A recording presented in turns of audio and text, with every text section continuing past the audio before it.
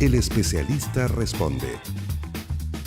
Hola, ¿cómo están? Muy bienvenidos a un nuevo capítulo de El Especialista Responde, el programa que hacemos junto a usted. Así que desde ya los invitamos a interactuar con nosotros a través del hashtag El Especialista Responde. Hoy estaremos hablando de la epilepsia, porque cada 26 de marzo se conmemora a nivel mundial el Día Púrpura, una fecha que busca crear conciencia sobre lo importante de diagnosticar a tiempo esta patología y educar sobre ella. Se estima que a nivel mundial existen cerca de 50 millones de personas que padecen de epilepsia, y para profundizar de este tema nos acompaña hoy el doctor Manuel Campos, jefe de neurología de la Clínica Las Condes. Muy bienvenido, doctor, y muchas gracias por estar acá. Muchas gracias, Melissa, por la invitación. Te lo agradezco a nombre de todos los pacientes que tienen algún tipo de epilepsia y sus familiares para que podamos aprender algo más del problema. Claro. Partamos por lo básico. ¿Qué es la epilepsia?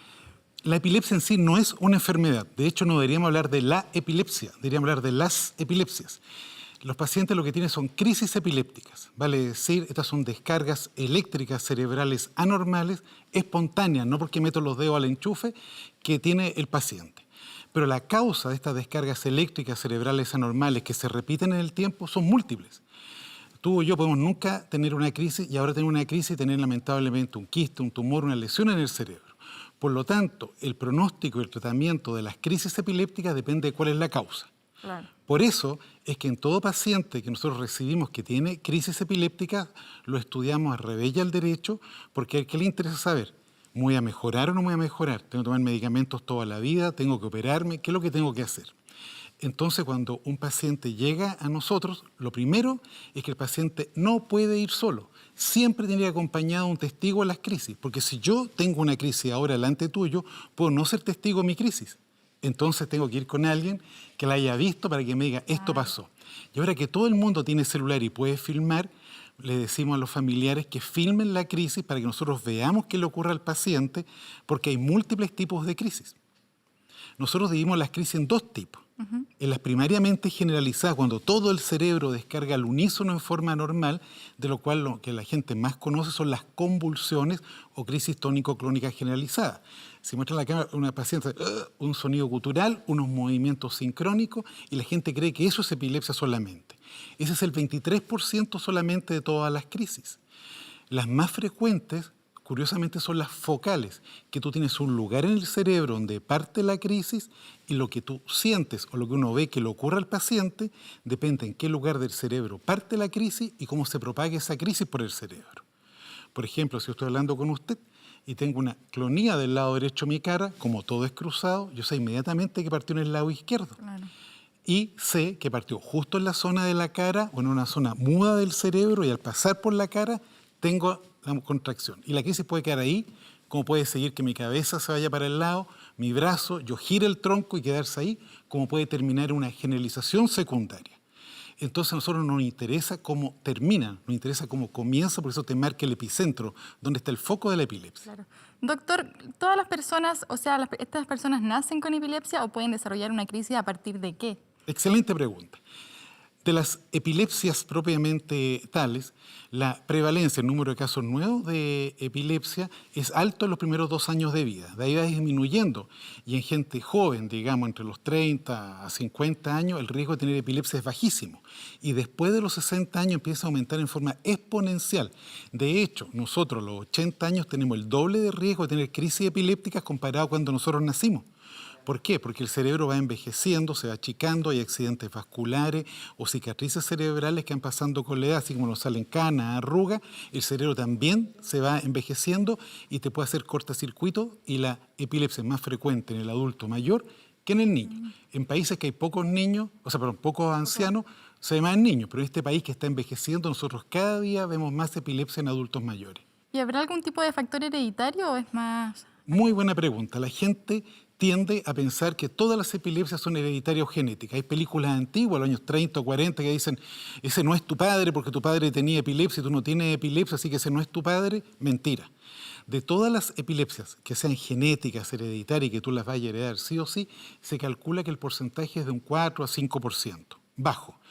Pero la prevalencia de epilepsia en el país, en Chile, es del 1%. Por lo tanto, si tenemos 19 o 20 millones de habitantes, tenemos entre 190.000 a 200.000 personas que tienen en este minuto epilepsia. El número de casos nuevos son 500 niños por millón de habitantes año. Si tú multiplicas 500 por 20, tenemos, ¿no es cierto?, 10.000 niñitos con epilepsia todos los años recién diagnosticados. La buena noticia es que el 70%, o sea, 7 de 10, cuando su cerebro madure, ya sean más grandes, no van a tener más crisis ni van a tomar fármaco antiepiléptico. La mala noticia es que entre el 30 y 25% de los niños lamentablemente van a seguir teniendo crisis. ¿Y cuál es la edad más natural en la que desarrollan esta epilepsia? Las epilepsias, ¿no es cierto? Como te decía, la mayor prevalencia es entre los 2 primeros años de vida. Sin embargo, ¿no es cierto?, hay epilepsia y epilepsia. Es muy diferente que un niño tenga una epilepsia con un desarrollo neurológico totalmente normal, que tenga una resonancia normal y el electro tenga una alteración que es totalmente benigna, que tiene un pronóstico excelente. Diferente es el caso del niño que lamentablemente tiene una lesión cerebral, imagínate una asfixia posparto, o que tuvo, ni Dios lo quiere, una meningitis, una encefalitis, y que deja al cerebro con cicatrices en ambos hemisferios, y que el niño no solamente tiene epilepsia, sino que puede tener otras alteraciones conductuales, cognitivas, etc. Por eso es que te digo yo que lo más importante cuando un paciente tiene crisis o lleva a su hijo, no puede decir, mi hijo tiene epilepsia. Tenemos que ver qué tipo de crisis tiene, qué tipo de síndrome epiléptico tiene, porque el pronóstico y tratamiento depende de la causa de la epilepsia. Justamente. Hablemos, doctor, también hemos preparado un material gráfico sobre los factores precipitantes de las crisis de epilepsia. Vemos que el olvido de los medicamentos para los que son farmacodependientes, el sueño, el alcohol y el ciclo menstrual y la exposición a estas luces estroboscópicas. ¿Cómo afecta cada uno de ellos en el desarrollo de una de estas crisis en las personas que Esto es súper importante, sobre todo para todos los pacientes que tienen un familiar o ellos tienen crisis. Porque si una persona hipertensa le parece un plato de comida, no puede echarle sal antes de comerlo. Entonces uno tiene que hacer cosas como paciente para cuidarse y no tener crisis. Lo primero es los fármacos. La primera causa para que un paciente que tiene una epilepsia controlada tenga crisis es que no está tomando el fármaco en las dosis y los horarios indicados. Y este es un problema muy grave, sobre todo los adolescentes, la gente joven que uno se cree dueño del mundo. Y entonces toma o no toma el medicamento. La primera causa es el olvidarse o no querer tomar los medicamentos. ¿Y una persona que toma siempre su farmacología ya no debería presentar cuadros de crisis? También otra pregunta muy buena, porque esto es importantísimo. Sea usted que vaya a un doctor acá en Chile, que todos tienen una excelente formación en Chile, gracias a Dios, y va por usted por epilepsia y le dan el mejor fármaco antiepiléptico para su tipo de crisis, la posibilidad que un paciente esté totalmente libre de crisis tomando un fármaco en las dosis máximas es de aproximadamente un 46%. Si usted toma un segundo fármaco, gana un 12% adicional, pero ya cuando toma un tercer fármaco, solo gana un 4% adicional. Estemos en Chile, en Europa, en Norteamérica, lamentablemente un tercio de los adultos sigue teniendo crisis, a lo menos una al año, tome lo que tome, las dosis que tome. Y no es culpa de usted como paciente, no es culpa del médico ni del medicamento, sino que es así, lamentablemente, y eso es lo que se llama epilepsia refractaria, refractaria a fármacos. Pero nosotros tenemos un plan GES, que es muy, muy bueno, tanto en niños como en adultos, que es un privilegio en Latinoamérica, que si usted tiene una epilepsia que responde bien a medicamentos, tenemos las mejores moléculas puestas en la canasta GES, tanto para niños como para adultos. Lo que no está en la canasta es la epilepsia refractaria, vale decir que usted siga teniendo crisis pese a los fármacos, ¿no es cierto?, que están en la canasta del GES. El segundo tema, el sueño. La privación de sueño llama a las crisis. No se trata que si usted tiene una fiesta y que se haga dormir a las 2, 3, 4 de la mañana, al día siguiente duerme hasta las 3 de la tarde. Tiene que ahorrar sueño antes, tiene que dormir una siesta antes de que tenga el trasnoche. Me bastan 20 o 30 minutos. De hecho, cuando nosotros pedimos electroencefalograma, una de las cosas que hacemos para que el electro tenga mayor posibilidad que salga alterado es hacerlo con privación de sueño, ya sea parcial o total. Por lo tanto, el no dormir llama a las crisis. El alcohol, ideal no tomar. Y si van a tomar o una cerveza o un vaso de vino, pero no quiero un aperitivo, vino y bajativo, porque el alcohol induce crisis. Las luces estroboscópicas. Hay pacientes que tienen cierta sensibilidad a la luz y tienen crisis. Fue muy conocido hace años atrás en Japón que dieron, ¿no es cierto?, un monito animado, un cartoon, Claro. y con las luces todos los niñitos en Japón con epilepsia fotosensible tuvieron crisis. No todos tienen todos epilepsia presentan. fotosensible, algunos. Pero esto es muy importante para los videojuegos.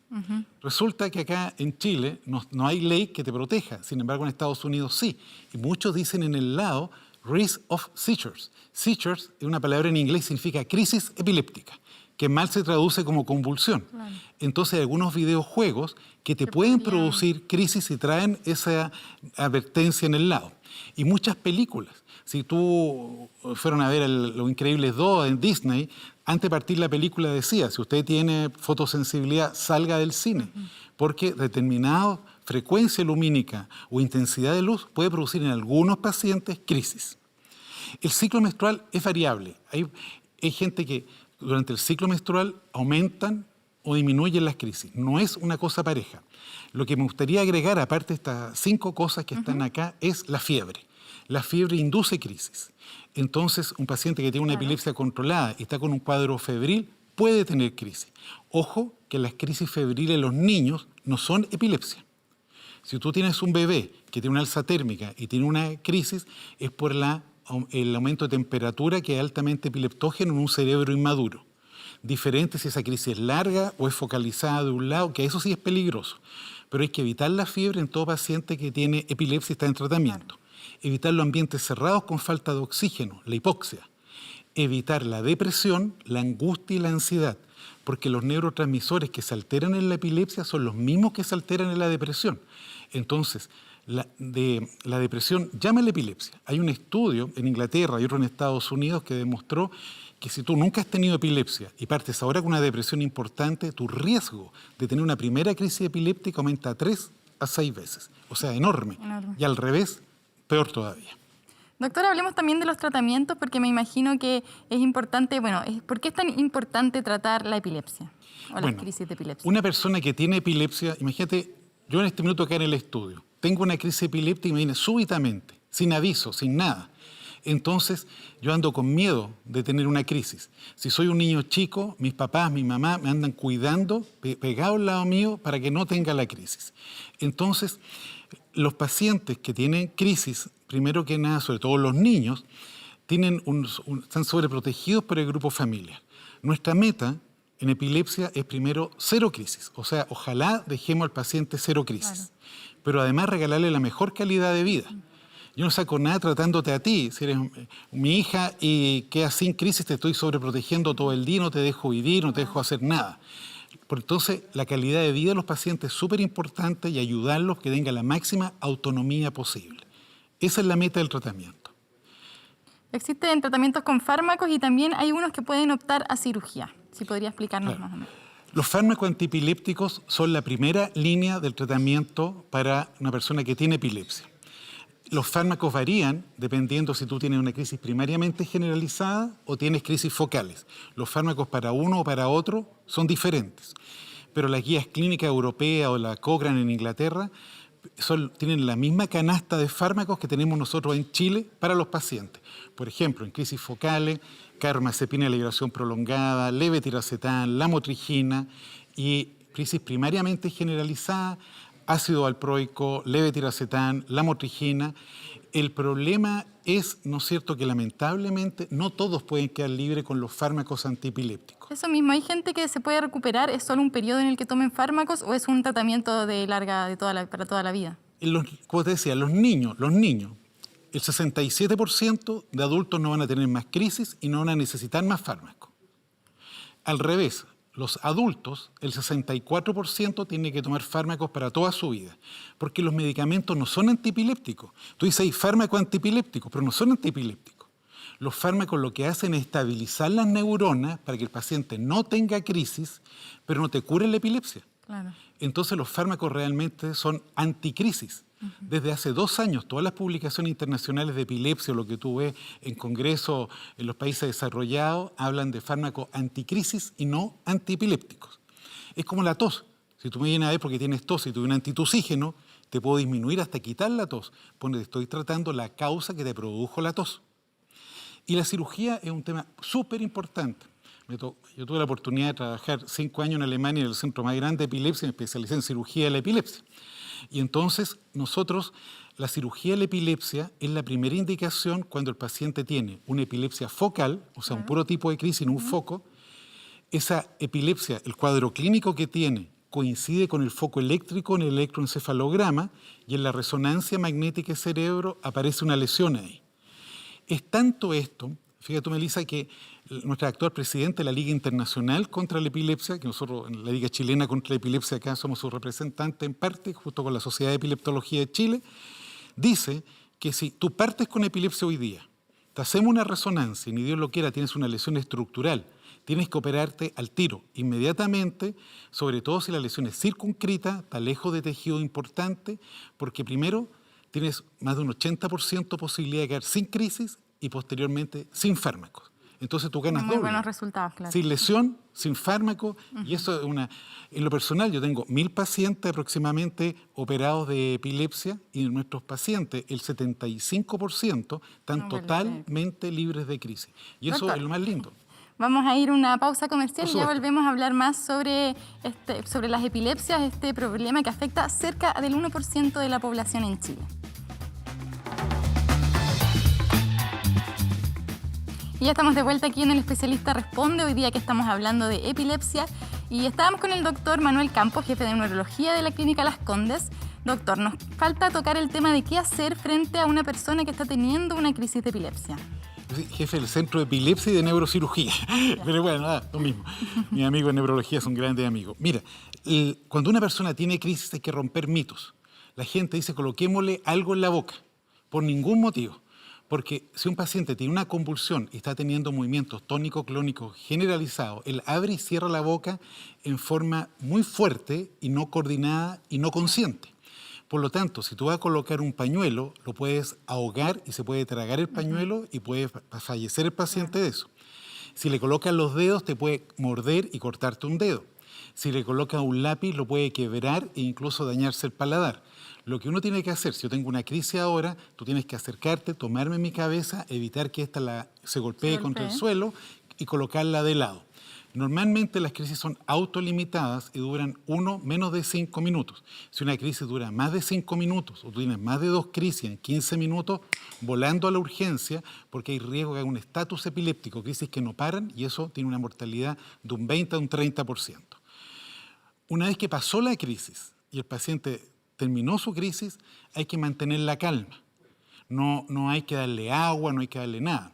El paciente puede quedar muy adolorido porque las contracciones son involuntarias, se sienten como si hubieran corrido la maratón.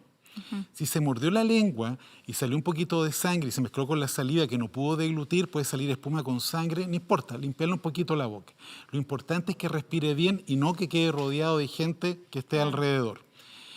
Puede haber un estado post-ictal que se llama, un estado de confusión post-crisis, que como tuvo tanta descarga eléctrica el cerebro, el paciente queda confuso y eso puede durar segundos, minutos, es muy raro que dure muchas horas, pero en casos de crisis muy profunda, muy severa, puede durar bastante, incluso quedar el paciente con pérdida de fuerza a un lado del cuerpo, como una hemiparesia, que se recupera totalmente al cabo de horas. Doctor, tenemos preguntas que nos han llegado a través de las redes sociales, así que vamos a responderle a nuestra audiencia.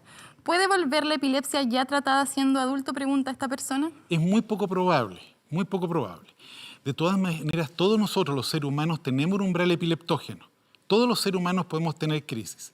Si una persona tuvo crisis de niño, mi recomendación es que se cuide de trasnochar, de beber alcohol, de la depresión, de todos los factores precipitantes, porque todos tenemos un umbral epiléptico, pero del paciente que tuvo crisis de chico pudiera ser un poco más bajo. Pero en general, si tú suspendiste los medicamentos y ya llevas 3, 5 años sin crisis, olvídate, estás sano.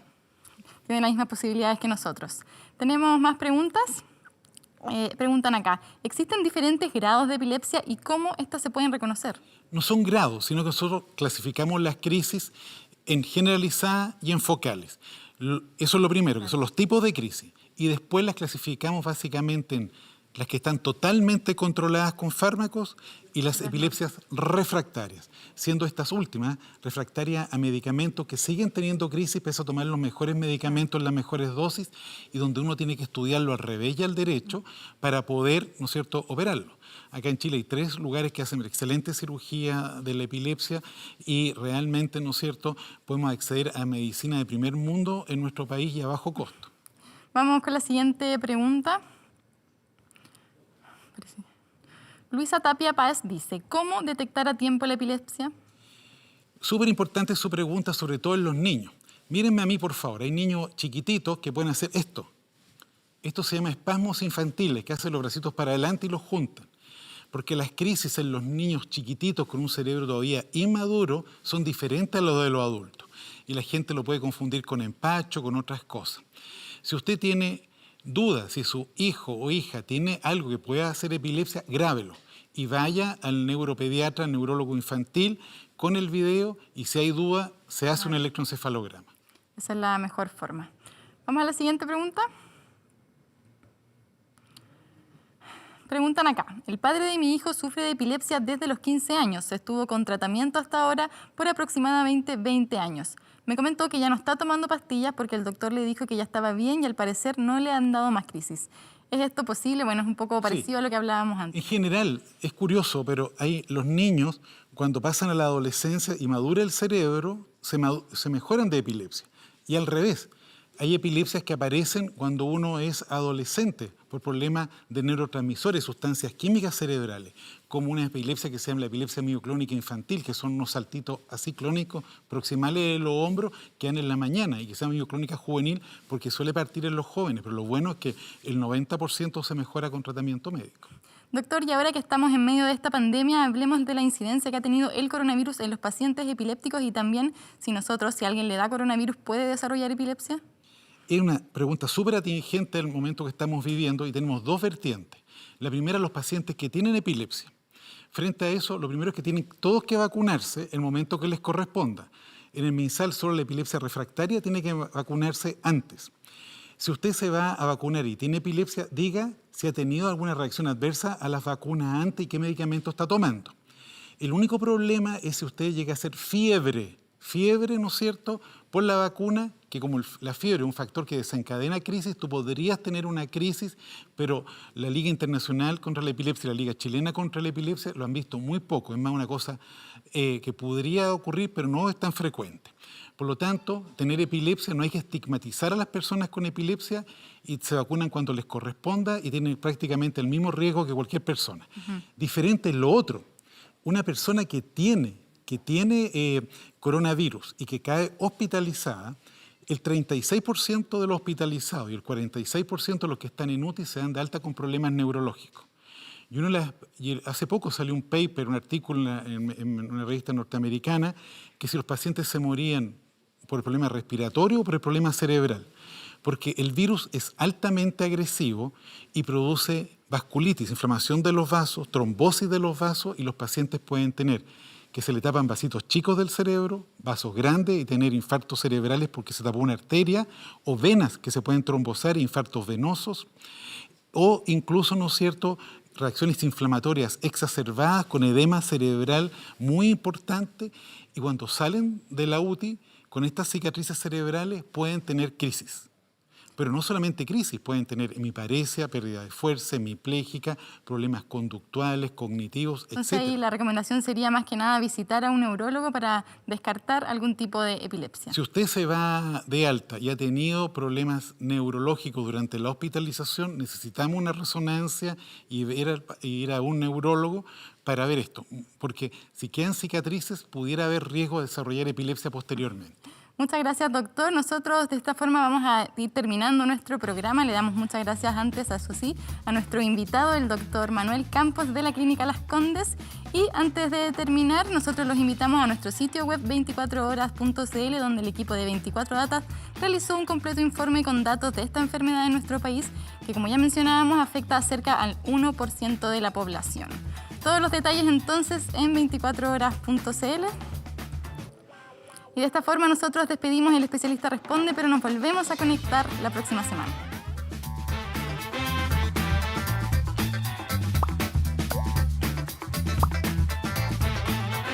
El especialista responde.